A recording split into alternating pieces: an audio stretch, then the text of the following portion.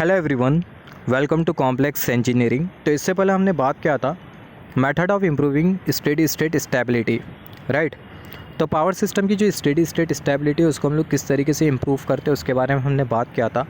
तो अभी हम लोग बात करने वाले ट्रांसिएंट स्टेबिलिटी एनालिसिस के बारे में। पावर सिस्टम की स्टेबिलिटी में हमने ये डिस्कस किया था, introduction to power system stability वाली वीडियो में हमने ये बात किया था कि जो पावर सिस्टम की जो स्टेबिलिटी होती है उसको हम लोग दो टाइप में डिवाइड करते हैं। एक होती है ट्रांसिएंट स्टेबिलिटी और दूसरी जो स्टेबिलिटी होती है वो होती है स्टेडी स्टेट स्टेबिलिटी। तो स्टेडी स्टेट स्टेबिलिटी के बारे में हमने ऑलरेडी बात किया है। स्टेडी स्टेट स्टेबिलिटी का हम लोग स्टेडी स्टेट स्टेबिलिटी हम लोग क्यों पढ़ते हैं, क्यों स्टडी करते हैं उसके बारे में।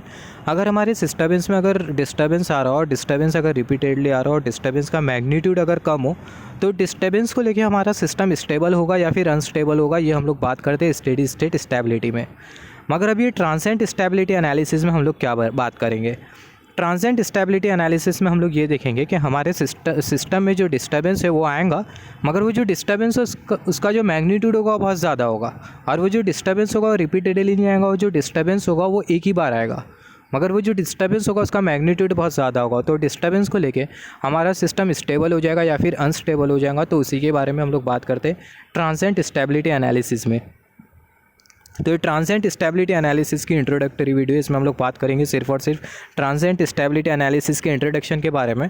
फिर उसके बाद आगे हम लोग बात करेंगे इक्वल एरिया क्राइटेरिया के बारे में, और इक्वल एरिया क्राइटेरिया के हेल्प से हम लोग किस तरीके से ट्रांसिएंट स्टेबिलिटी एनालिसिस करते हैं उसके बारे में हम लोग बात करेंगे। तो ट्रांसिएंट स्टेबिलिटी एनालिसिस से हमने क्या समझा कि अगर लार्ज डिस्टर्बेंस अगर सिस्टम में आ रहा हो और भले से एक ही बार आ रहा हो तो लार्ज डिस्टर्बेंस को लेके हमारा सिस्टम स्टेबल होगा या फिर अनस्टेबल हो जाएगा। इसी की स्टडी हम लोग करते हैं ट्रांसिएंट स्टेबिलिटी एनालिसिस में। If large disturbance appear in system then system will remain stable और unstable is discuss in transient stability analysis. अगर लार्ज डिस्टर्बेंस अगर सिस्टम में आता है तो सिस्टम हमारा स्टेबल रहेगा या फिर अनस्टेबल रहेगा, यही हम लोग बात करते हैं ट्रांसिएंट स्टेबिलिटी एनालिसिस में। अब ये लार्ज डिस्टर्बेंस क्या क्या हो सकता है, यहाँ पर अगर हम लोग देखें large disturbance can occur due to fault या फिर improper working of any equipment by removing equipment from system. Large disturbance क्या हो सकता है, जैसे फॉर एग्जांपल फॉल्ट हो सकता है, राइट। जैसे फॉर एग्जांपल तीन ट्रांसमिशन लाइन एक दूसरे के साथ कनेक्ट हो गई, फिर उसके बाद तीनों जो ट्रांसमिशन लाइन है वो ग्राउंड पर गिर गई, तो ये बेसिकली क्या हो गया, ट्रिपल LG फॉल्ट हो गया। तो यहाँ पर ये फॉल्ट हो गया। सिमिलरली अगर कोई एक्विपमेंट बराबर से काम नहीं कर रहा, अगर हम लोग किसी एक्विपमेंट को अगर हम लोग सिस्टम में से निकाल दें, राइट, तो ये डिस्टर्बेंस होता है सिस्टम के लिए। सबसे पहला जो फॉल्ट होगा ये एक डिस्टर्बेंस होगा सिस्टम के लिए। दूसरा, अगर हम लोग सिस्टम में से मान लेते हैं हमारी ट्रांसमिशन लाइन है, 3 हमने ट्रांसमिशन लाइन बिछाई, उसमें से हमने एक ट्रांसमिशन लाइन को निकाल दी, तो वो एक ट्रांसमिशन लाइन को निकालने के बाद हमारा सिस्टम स्टेबल होगा या फिर अनस्टेबल हो जाएगा। तो इसको भी हम लोग बेसिकली बोलते हैं डिस्टर्बेंस। हमने पहला 3 ट्रांसमिशन लाइन लगाई, फिर उसके बाद हमने एक ट्रांसमिशन लाइन को निकाल दी।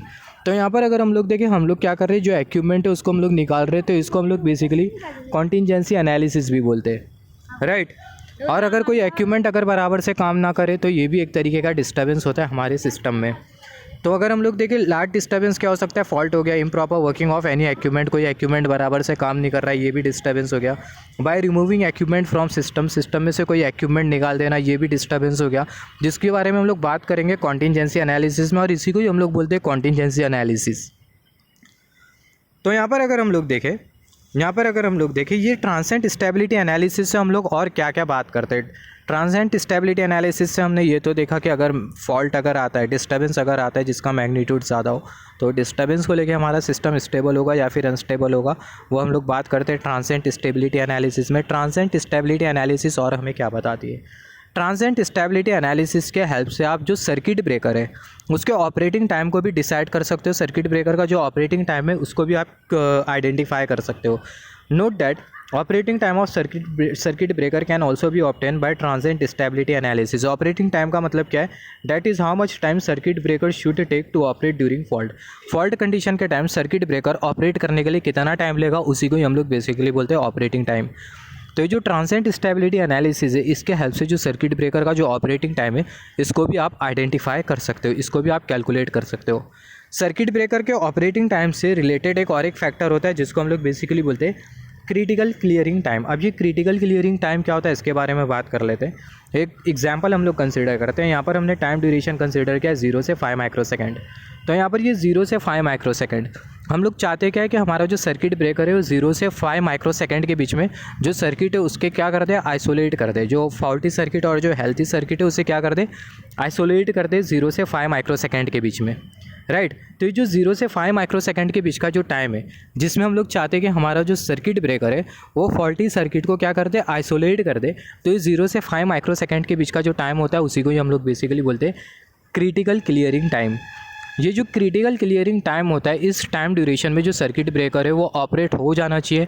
अगर क्रिटिकल क्लियरिंग टाइम में अगर सर्किट ब्रेकर अपना काम नहीं करता है तो ऐसे केस में हमारा जो सिस्टम होगा वो अपनी स्टेबिलिटी को खो देगा, जो सिस्टम होगा वो अनस्टेबल हो जाएगा, राइट। फॉर एग्जांपल एक सिंपल से एग्जांपल से आप कंपेयर कर सकते हो। जैसे फॉर एग्जांपल किसी पर्सन को कार्डियक अरेस्ट आ रहा है, तो जो कार्डियक अरेस्ट है वो एक पर्टिकुलर टाइम के बीच में होना चाहिए। अगर कार्डियक अरेस्ट अगर बहुत ज़्यादा टाइम के लिए पर्सन के बॉडी में अगर पर्सन को अगर वो ज़्यादा टाइम के लिए कार्डियक अरेस्ट आ गया तो ऐसे केस में जो पर्सन है वो अनस्टेबल हो जाएगा, जो पर्सन है मर जाएगा, राइट। तो जो पर्सन को जो कार्डियक अरेस्ट जो आ रहा है वो एक फाइनाइट टाइम के लिए आना चाहिए ताकि जो पर्सन है वो फिर से अपने आप को रिकवर कर ले और जो पर्सन है वो स्टेबल हो जाए। सिमिलरली ये फाइनाइट टाइम में हमारा जो सर्किट ब्रेकर है वो ऑपरेट हो जाना चाहिए, तब जाके हमारा जो सिस्टम होगा वो अपने आप को रिकवर कर लेगा, अदरवाइज जो सिस्टम होगा वो अनस्टेबल हो जाएगा। तो जो टाइम ड्यूरेशन हमने जो कंसीडर किया इसी को हम लोग बेसिकली बोलते हैं क्रिटिकल क्लियरिंग टाइम। तो क्रिटिकल क्लियरिंग टाइम एक ऐसा टाइम होता है जिस टाइम ड्यूरेशन में सर्किट ब्रेकर अगर ऑपरेट नहीं हुआ तो आपका जो सिस्टम है वो अनस्टेबल हो जाएगा। तो यहाँ पर अगर हम लोग देखें time duration in which circuit breaker is not operating, time duration जिस टाइम ड्यूरेशन में सर्किट ब्रेकर ऑपरेट नहीं हुआ फॉल्ट के टाइम, तो जो सिस्टम होगा वो क्या हो जाएगा, अनस्टेबल हो जाएगा। टाइम ड्यूरेशन एक फाइनाइट टाइम ड्यूरेशन जिसमें सर्किट ब्रेकर अगर ऑपरेट नहीं हुआ फॉल्ट के टाइम, तो जो सिस्टम है वो क्या हो जाएगा, अनस्टेबल हो जाएगा। Time duration in which circuit breaker is not operated during fault and system will become unstable, right. यहाँ पर बेसिकली होता क्या है, यहाँ पर हम लोग जो सर्किट ब्रेकर का जो ऑपरेटिंग टाइम होता है उसको हम लोग क्रिटिकल क्लियरिंग टाइम से कम रखते हैं। सर्किट ब्रेकर का जो ऑपरेटिंग टाइम है उसको हम लोग क्रिटिकल क्लियरिंग टाइम से कम रखते हैं। मतलब अगर क्रिटिकल क्लियरिंग टाइम अगर 0 से 5 माइक्रोसेकंड के बीच में, तो जो सर्किट ब्रेकर का जो ऑपरेशन का जो टाइम होगा, काम करने का जो टाइम होगा वो 0 से 2 माइक्रोसेकंड के बीच में होगा, राइट। तो यहाँ पर अगर हम लोग देखें circuit breaker should operate in this time duration, if circuit breaker is not operate in this case system will lose its stability, जैसे कि हमने डिस्कस किया। ये बहुत इंपॉर्टेंट है, जो सर्किट ब्रेकर का जो ऑपरेटिंग टाइम होता है वो क्रिटिकल क्लियरिंग टाइम के कंपैरिजन में कम होता है। क्रिटिकल क्लियरिंग टाइम से पहले ही जो सर्किट ब्रेकर है वो ऑपरेट कर जाता है। यहाँ पर अगर हम लोग देखें, जैसे कि हमने बात किया था स्टेडी स्टेट स्टेबिलिटी एनालिसिस में हमें कुछ फैक्टर्स कंसीडर करना होता है, जैसे कि हमें एज्यूम करना होता है कि जो मशीन है वो कैसी है, वो है लॉसलेस। सिमिलरली हमने डिस्कस किया था कि जो मशीन की जो स्पीड है वो कांस्टेंट है, जिसके वजह से इनपुट और जो आउटपुट है, इस मैकेनिकल इनपुट और जो इलेक्ट्रिकल आउटपुट है वो दोनों बराबर में रहेंगे। मशीन की स्पीड कांस्टेंट है जिसकी वजह से एक्सेलरेशन 0 होगा, एक्सेलरेशन 0 होने की वजह से जो PS होगा बराबर में होगा PE के। ये हमने कुछ फैक्टर्स कंसीडर किया था stability steady state stability analysis में। सिमिलरली ट्रांसिएंट स्टेबिलिटी एनालिसिस में भी हमें कुछ फैक्टर्स होंगे जो कि हमें कंसीडर करने होंगे। तो यहाँ पर अगर हम लोग देखें factors to be consider during transient stability analysis, transient stability analysis में जो फैक्टर हमें जो कंसीडर करना है उसको हमने यहाँ पर लिखा है। तो सबसे पहला saturation and silent pole alternator. यहाँ पर मैं आपको एक बात बता दूँ, ये बहुत इंपॉर्टेंट है और बहुत इंपॉर्टेंट है पावर सिस्टम में। चाहे आप पावर सिस्टम में स्टेबिलिटी एनालिसिस कर रहे हो, फॉल्ट एनालिसिस कर रहे हो, स्टेबिलिटी एनालिसिस होने दो, फॉल्ट एनालिसिस होने दो, या फिर अगर हम लोग देखें प्रोटेक्शन एनालिसिस होने दो, स्टेबिलिटी एनालिसिस, फॉल्ट एनालिसिस और प्रोटेक्शन एनालिसिस, ये तीनों एनालिसिस में जो पावर सिस्टम है उसको आपको कंसीडर करना है वर्स्ट कंडीशन में। क्योंकि अगर वर्स्ट कंडीशन में अगर आपका पावर सिस्टम अगर सर्वाइव कर गया तो वर्स्ट कंडीशन के बदले अगर कोई भी कंडीशन हो तो कंडीशन में आपका जो पावर सिस्टम होगा वो टिक जाएगा, सर्वाइव कर जाएगा। मतलब आप इसको ये वाले एग्जाम्पल से कंपेयर कर सकते हो। अगर कोई स्टूडेंट अगर इंजीनियरिंग का प्रेशर अगर टॉलरेट कर लिया, 3-4 साल का जो इंजीनियरिंग का जो प्रेशर होता है, अगर कोई स्टूडेंट उसे टॉलरेट कर लिया तो ज़िंदगी का कोई भी जो प्रेशर होगा उसे टॉलरेट कर लेगा वो पर्टिकुलर स्टूडेंट। तो सिमिलरली आप यहाँ पर भी वो एग्जांपल अप्लाई कर सकते हो। अगर वर्स्ट कंडीशन में आपका पावर सिस्टम अगर टॉलरेट कर गया तो वर्स्ट कंडीशन से कोई भी अगर कंडीशन होती है तो उस कंडीशन में भी आपका जो पावर सिस्टम होगा वो टॉलरेट कर लेगा, या फिर आपका जो पावर सिस्टम होगा वो हैंडल कर लेगा, राइट। तो फॉल्ट और अपना प्रोटेक्शन और अपना स्टेबिलिटी में आपको वर्स्ट कंडीशन कंसीडर करना होता है सिस्टम की। राइट। और कोई भी ऐसी चीज़ जो कि आपको वर्स्ट कंडीशन से दूर लेके जाए, तो जो चीज़ आपको बहुत अच्छी तरीके से अवॉइड करना है, राइट। जैसे फॉर एग्जांपल आप कोई मशीन कंसीडर कर रहे हो जो कि आपको वर्स्ट कंडीशन से दूर लेके जा रही है, वर्स्ट केस एनालिसिस से दूर लेके जा रही है, तो जो मशीन है आप उसको कंसिडर नहीं करोगे। तो वही आपको ये पहला वाला स्टेटमेंट बोलता है। पहला वाला स्टेटमेंट आपको क्या बोलता है? Saturation and silent pole alternator are neglected because silent pole machine can make system more stable due to its maximum power, but in fault stability and in protection analysis we need to consider worst case. जैसे कि ये statement आपको क्या बोल रहा है कि जो साइलेंट पोल वाला जो ऑल्टरनेटर है वो आपको नहीं कंसिडर करना है। साइलेंट पोल वाला ऑल्टरनेटर आपको क्यों नहीं कंसिडर करना है? क्योंकि जो साइलेंट पोल वाला जो ऑल्टरनेटर है वो आपको मैक्सिमम पावर देगा, और मैक्सिमम पावर की वजह से होगा कि आपका जो सिस्टम होगा वो स्टेबल होगा। आपका सिस्टम स्टेबल होगा जिसके वजह से आप वर्स्ट केस से दूर जाते रहोगे, और ये रीज़न की वजह से आपको साइलेंट पोल वाला ऑल्टरनेटर कंसिडर नहीं करना है। सिंपल वर्ड में आप बोल सकते हो we will not consider anything. हमें कोई ऐसी चीज़ कंसिडर नहीं करना है जो कि हमारे सिस्टम को स्टेबल बनाए, जो कि हमें वर्स्ट केस एनालिसिस से दूर ले जाए। तो यही रीज़न की वजह से पहला स्टेटमेंट हमें ये बोल रहा है कि जो साइलेंट पोल मशीन है उसको हम लोग कंसिडर नहीं करते ट्रांजिएंट स्टेबिलिटी एनालिसिस में। दूसरा अगर हम लोग देखें, दूसरा पॉइंट हमें क्या बोल रहा है? Generator is model as a constant voltage source. जो जनरेटर है उसको हम लोग कैसा मॉडल करेंगे? जो जनरेटर है उसको हम लोग as a constant voltage source model करेंगे। कांस्टेंट वोल्टेज सोर्स उसे हमें शो करना है। सिमिलरली अगर हम लोग देखें तीसरा, no damping force should be consider because it reduces oscillation and make system stable, and if we don't have to consider parameter which can make system stable. तो ये पैरामीटर, ये आपको स्टेटमेंट क्या बोल रहा है? आपको कोई डैम्पिंग फोर्स नहीं कंसिडर करना है, क्योंकि जो डैम्पिंग फोर्स है उसके वजह से होगा क्या, आपका जो सिस्टम है, सिस्टम में जो ऑसिलेशन जो मिल रहा है, जो ऑसिलेशन का जो एम्पलीट्यूड होगा वो डीके करता जाएगा विद रेस्पेक्ट टू टाइम, जिसके वजह से आपका जो सिस्टम होगा वो स्टेबल होते जाएगा। सिस्टम स्टेबल होते जाएगा, इसका मतलब आप वर्स्ट एनालिसिस से दूर जाते रहोगे। तो यही रीज़न की वजह से आपको डैम्पिंग फोर्स कंसिडर नहीं करना है, क्योंकि जो डैम्पिंग फोर्स है वो आपको वर्स्ट केस एनालिसिस करने नहीं देगा। सिमिलरली चौथा वाला पॉइंट अगर हम लोग देखें, चौथा वाला पॉइंट आपको क्या बोलता है? Resistance and shunt element should be ignore in order to make network analysis simple. जो रेसिस्टेंस और जो शंट ब्रांच में जो एलिमेंट होगी उसे आपको क्या करना होगा? उसे आपको इग्नोर करना होगा, ताकि जो नेटवर्क की जो एनालिसिस है वो सिंपल से सिंपल रहे। अगर आप उसको इग्नोर नहीं कर रहे हो, आप उसको कंसिडर कर रहे हो, तो ऐसे केस में आपका जो नेटवर्क होगा बहुत ज़्यादा कॉम्प्लिकेटेड हो जाएगा। सिमिलरली पांचवा वाला स्टेटमेंट आपको ये बोल रहा है, speed variation and frequency variation should be neglected to make analysis simple because for different frequency and speed we need to consider different network to analyze. तो ये स्टेटमेंट आपको क्या बोल रहा है? जो फ्रीक्वेंसी में जो वेरिएशन हो रहा है और स्पीड में जो वेरिएशन हो रहा है उसे आपको क्या करना होगा? उसे आपको करना होगा इग्नोर। उसे आपको क्या करना होगा? इग्नोर करना होगा। इग्नोर आपको क्यों करना होगा? अगर आप इग्नोर अगर नहीं कर रहे हो, क्योंकि आप अगर इग्नोर नहीं कर रहे हो तो आपको अलग अलग फ्रीक्वेंसी मिलेंगी, अलग अलग आपको मिलेंगी स्पीड। तो अलग अलग फ्रीक्वेंसी पर, अलग अलग स्पीड पर आपको अलग अलग नेटवर्क बनाना पड़ेगा। आप अलग अलग नेटवर्क बना रहे हो तो ओवरऑल आपका जो प्रोसेस होगा बहुत टाइम कंज्यूमिंग होगा, ओवरऑल आपकी जो एनालिसिस होगी वो थोड़ी कॉम्प्लिकेटेड होगी। तो यही रीज़न की वजह से जो स्पीड वेरिएशन और जो फ्रीक्वेंसी में जो वेरिएशन है उसे हमें नेगलेक्ट करना होगा, ताकि हम लोग एनालिसिस को सिंपल रख पाए। क्योंकि अगर हम लोग देखें अलग अलग फ्रीक्वेंसी और अलग अलग स्पीड के लिए हमें डिफरेंट नेटवर्क बनाना होगा। सिमिलरली सिक्स्थ वाला स्टेटमेंट अगर हम लोग देखें, speed governor system should not be consider in order to do worst case analysis. Worst case analysis के खातिर जो स्पीड गवर्नर मैकेनिज्म है उसे भी आपको क्या करना होगा? इग्नोर करना होगा। सातवां वाला पॉइंट अगर हम लोग देखें, जो ऑटोमेटिक वोल्टेज रेगुलेटर होता है जिसको हम लोग बोलते हैं AVR, जो कि क्या करता है? ऑटोमेटिक वोल्टेज को क्या करता है? रेगुलेट करता है, जो कि पावर सिस्टम में, पावर हाउस में लगा होता है। तो जो AVR होता है वो भी आपको कैसा रखना होगा? जो AVR होगा वो भी आपको कांस्टेंट रखना होगा। AVR को भी आपको हटा देना होगा। या फिर अगर आप AVR कंसिडर कर रहे हो तो जो AVR का जो वोल्टेज है उसको आपको क्या रखना होगा? AVR का जो वोल्टेज है उसे आपको रखना होगा कांस्टेंट, राइट। तो ये कुछ फैक्टर्स होते हैं जो कि आपको एज्यूम करना होगा ट्रांजिएंट स्टेबिलिटी एनालिसिस में। ट्रांजिएंट स्टेबिलिटी एनालिसिस को हम लोग 3 टाइप में क्लासीफाई करते हैं। यहाँ पर अगर हम लोग देखें, एनालिसिस फॉल्ट होने से पहला, एनालिसिस फॉल्ट के टाइम और एनालिसिस फॉल्ट होने के बाद।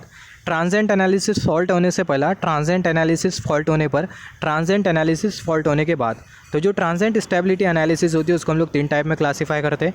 ट्रांजिएंट स्टेबिलिटी एनालिसिस फॉल्ट होने से पहला, ट्रांजिएंट स्टेबिलिटी एनालिसिस फॉल्ट के time, transient stability analysis fault के बाद, analysis during fault occurrence, analysis after fault occurrence.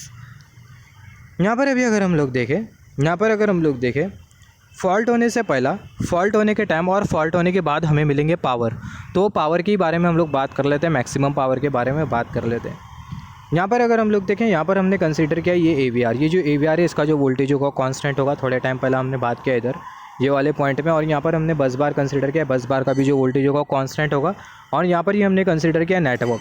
तो यहाँ पर अगर हम लोग देखें जो वोल्टेजेस है वो क्या है, जो वोल्टेजेस है वो है कांस्टेंट। और अगर फॉल्ट अगर सिस्टम में अगर होता है, ये नेटवर्क में अगर फॉल्ट होता है तो जो ट्रांसफ़र रिएक्टेंस होगा वो क्या हो जाएगा, जो ट्रांसफ़र रिएक्टेंस होगा वो चेंज हो जाएगा और हमें 3 टाइप के ट्रांसफ़र रिएक्टेंस मिलेंगे। यहाँ पर अगर हम लोग देखें जो वोल्टेजेस है वो कांस्टेंट, और यहाँ पर अगर हम लोग देखें दोनों साइड में जो वोल्टेजेस है वो कांस्टेंट है। और ये नेटवर्क में अगर किसी भी तरीके का अगर फॉल्ट होता है तो जो ट्रांसफ़र रिएक्टेंस होगा वो चेंज हो जाएगा और हमें 3 ट्रांसफ़र रिएक्टेंस मिलेंगे। कौन कौन से ट्रांसफ़र रिएक्टेंस मिलेंगे, X1 transfer reactance, X2 transfer reactance, X3 transfer reactance. तो जो X1 जो ट्रांसफ़र रिएक्टेंस है वो फॉल्ट होने से पहले वाला रिएक्टेंस है। X2 जो ट्रांसफ़र रिएक्टेंस है वो फॉल्ट होने के टाइम का ट्रांसफ़र रिएक्टेंस है। X3 जो रिएक्टेंस है वो है ट्रांसफ़र रिएक्टेंस फॉल्ट होने के बाद का ट्रांसफ़र रिएक्टेंस है। तो यहाँ पर अगर हम लोग देखें, यहाँ पर if fault occur then transfer reactance of this network will get change. अगर फॉल्ट होता है तो ये नेटवर्क का जो ट्रांसफ़र रिएक्टेंस होगा वो क्या हो जाएगा, वो चेंज हो जाएगा। नेटवर्क का जो ट्रांसफ़र रिएक्टेंस होगा वो चेंज हो जाएगा। तो हमें 3 रिएक्टेंसेज मिलेंगे। पहला जो रिएक्टेंस होगा वो होगा X1, दूसरा जो रिएक्टेंस होगा वो होगा X2, तीसरा रिएक्टेंस X3। तो जो X1 जो रिएक्टेंस है वो है ट्रांसफ़र रिएक्टेंस फॉल्ट से पहला, X2 जो रिएक्टेंस है वो है ट्रांसफ़र रिएक्टेंस फॉल्ट के टाइम, X3 जो रिएक्टेंस है वो है ट्रांसफ़र रिएक्टेंस है फॉल्ट होने के बाद का। यहाँ पर अगर हम लोग देखें तीनों रिएक्टेंसेस के साथ एसोसिएटेड होगी पावर। यहाँ पर अगर हम लोग देखें power associated with this fault is given by, या फिर हम लोग बोल सकते हैं ये तीनों रिएक्टेंस के साथ जो पावर एसोसिएटेड होगी, या फिर हम लोग बोल सकते जैसे कि हमने थोड़े टाइम पहले डिस्कस किया, just wait for a second, जैसे कि हमने डिस्कस किया यहाँ पर अगर हम लोग देखें, यहाँ पर हमें 3 रिएक्टेंसेज मिले तो ऑब्वियसली यहाँ पर हमें 3 पावर भी मिलेंगी। एक जो पावर होगी वो फॉल्ट से पहला, एक जो पावर होगी वो फॉल्ट के टाइम, और एक जो पावर होगी वो फॉल्ट क्लियर होने के बाद मिलेंगी। तो पावर जो कि हमें फॉल्ट से पहला मिलेंगी वो पावर के लिए जो इक्वेशन होगा ये वाला इक्वेशन होगा, P max is equal to mod of E into mod of V। और यहाँ पर ये डिनोमिनेटर में X1 रिएक्टेंस। बहुत हद तक क्लियर है कि रिएक्टेंस और जो पावर है वो इन्वर्सली प्रोपोर्शनल है। रिएक्टेंस कम होगा तो पावर इंक्रीज़ करेगा, रिएक्टेंस अगर ज़्यादा होगा तो पावर डिक्रीज़ करेगा। तो यहाँ पर अगर हम लोग देखें पावर की जो इक्वेशन हमने जो ऑब्टेन किया है, this is the equation of maximum power transfer before fault condition. ये इक्वेशन है मैक्सिमम पावर ट्रांसफ़र की फॉल्ट होने से पहला। यहाँ पर ये जो इक्वेशन है, this equation is also known as equation for steady state stability limit. ये जो इक्वेशन है इसका एक और एक नाम होता है जो कि है equation for steady state stability limit. Similarly यहाँ पर हमें दूसरी इक्वेशन मिलेंगी, यहाँ पर ये मैक्सिमम पावर के लिए दूसरी इक्वेशन मिलेंगी जो कि फॉल्ट के टाइम का पावर है, जो कि है mod of E into mod of E और डिनोमिनेटर में X2। यहाँ पर ये जो इक्वेशन है इसको हम लोग बोलेंगे equation of transient stability limit. और ये जो इक्वेशन है वो हमें मैक्सिमम पावर देंगी फॉल्ट के टाइम। यहाँ पर ये वाली जो इक्वेशन है वो हमें देंगी मैक्सिमम पावर फॉल्ट होने से पहला, ये वाली जो इक्वेशन है वो हमें देंगी मैक्सिमम पावर फॉल्ट होने के टाइम। सिमिलरली एक और एक इक्वेशन है ये वाली इक्वेशन जो कि हमें मैक्सिमम पावर देंगी फॉल्ट होने के बाद। Maximum power is equal to mod of into mod of और डिनोमिनेटर में X3 रिएक्टेंस। ये जो इक्वेशन है इसको हम लोग बोलते हैं equation of steady state stability limit. और ये जो इक्वेशन होगी वो हमें मैक्सिमम पावर देंगे फॉल्ट के बाद, राइट। तो यहाँ पर ये तीनों जो इक्वेशन है, ये जो तीनों जो पावर की जो इक्वेशन है, यहाँ पर ये मैक्सिमम पावर, ये जो पावर की जो इक्वेशन है जो कि हमें कंसिडर करना होगा फॉल्ट से पहले, और ये मैक्सिमम पावर की इक्वेशन जो कि फॉल्ट के टाइम हमें कंसिडर करना होगा, और ये मैक्सिमम पावर की इक्वेशन जो कि हमें फॉल्ट के बाद कंसिडर करना होगा। तो ये तीनों पावर की इक्वेशन को ध्यान में रखते हुए अगर हम लोग कैरेक्टरिस्टिक बनाएं तो जो कैरेक्टरिस्टिक होगी वो हमें कुछ इस तरीके से मिलेगी।